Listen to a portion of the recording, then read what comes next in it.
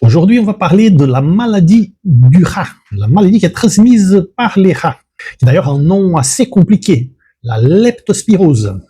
Il s'agit d'un problème très sérieux de santé publique, on est spécial dans les régions et dans les moments où il y a des crues. Viens avec moi, j'explique dans le chemin.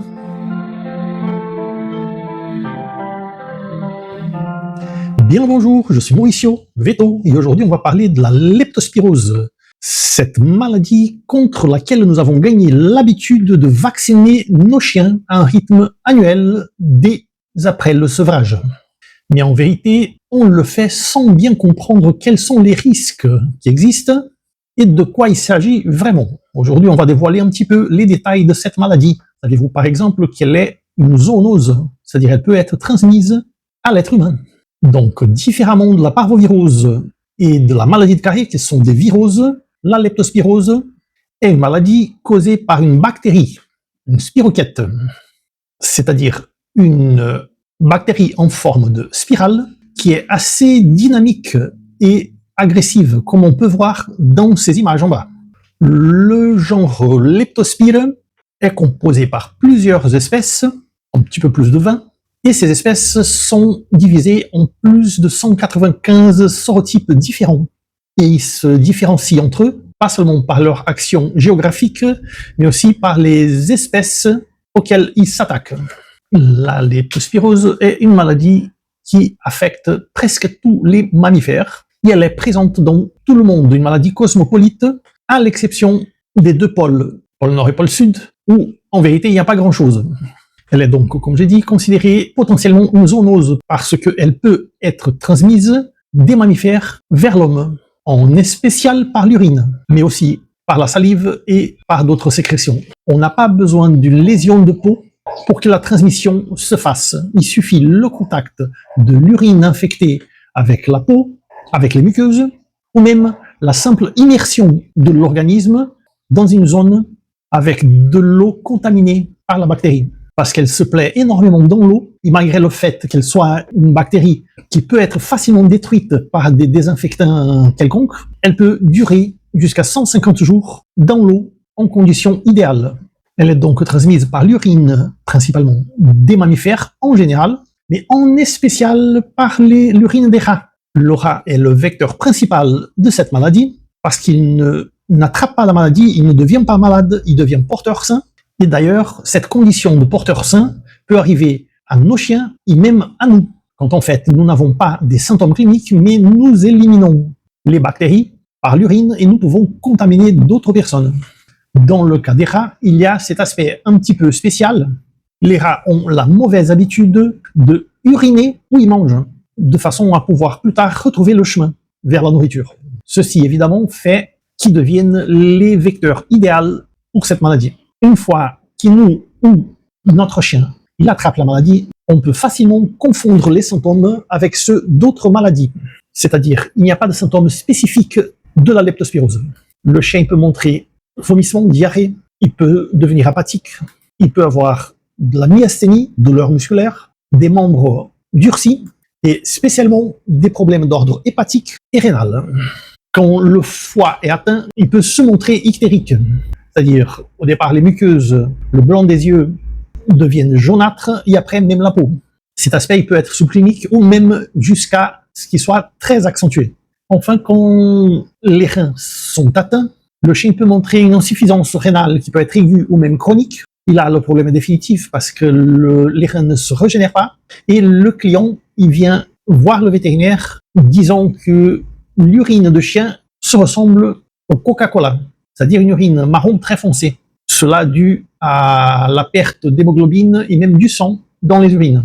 Enfin, elle peut causer de l'hémolyse superficielle avec la présence de pétéchies tout au long du corps, des petites zones d'hémorragie ponctuelle qui se présentent comme des petits points ou même des taches rougeâtres sur la peau et dans les muqueuses des chiens.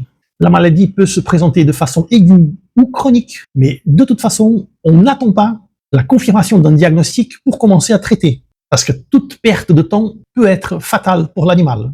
Fréquemment, les examens d'ordre laboratorial, qui sont les tests sérologiques et le PCR, peuvent donner des faux négatifs mais on peut soupçonner avec numération formule et tests biochimiques et commencer à instaurer le traitement d'élection pour la maladie.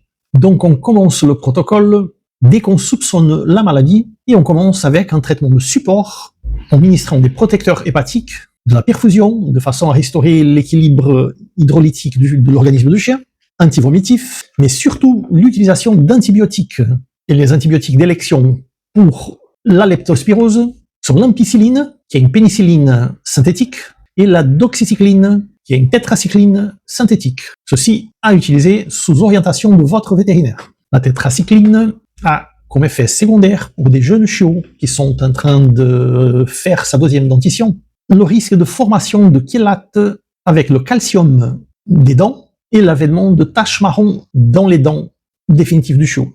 Mais convenons, ce n'est pas un grave problème en vue du risque que le chien est en train d'encourir quand il est malade d'une leptospirose. Ce protocole de traitement, c'est ce qui peut être fait et probablement le chien y restera hospitalisé pour un traitement intensif qui peut marcher ou pas. On doit aussi prendre en considération que même les animaux qui se récupèrent, ils peuvent devenir des porteurs sains pendant des longues semaines, éliminant ainsi la bactérie dans les urines, même s'ils n'ont plus de symptômes. Pour la prévention, il y a évidemment les vaccinations, les vaccins polyvalents avec 8, 10 et 12 valences. Cette de 8 valences, elle est valable contre 2 sérotypes de leptospirose, la V10 contre 4 et la V12 contre 6. C'est ce qu'il y a de mieux dans l'arsenal thérapeutique immunologique de prévention pour la leptospirose, mais même comme ça, il y a des limites, parce que la leptospirose étant une bactérie, les anticorps n'ont pas la même longévité que celles qu'ils atteignent contre les virus. En fait, un vaccin contre la leptospirose ne produit des anticorps valables que pendant 6 ou au maximum 8 mois. Reste donc un petit clin d'œil pour les éleveurs pour qu'ils fassent comme moi j'ai fait dans mon élevage, où je vaccine mes reproducteurs 2 fois par an, toujours à la recherche d'une protection vaccinale la plus parfaite possible. J'ai une tendance à préférer une couverture vaccinale parfaite avec les mères qui vont transmettre la protection par le colostrum qu'un système très dense de vaccination pour les chiots. Une autre observation qui a aussi son poids est qu'une bonne vaccination ne marche que quand le chien est très bien vermifugé, le vermifuge étant aussi important, voire même plus, que la vaccination pour qu'elle puisse faire son effet de façon idéale.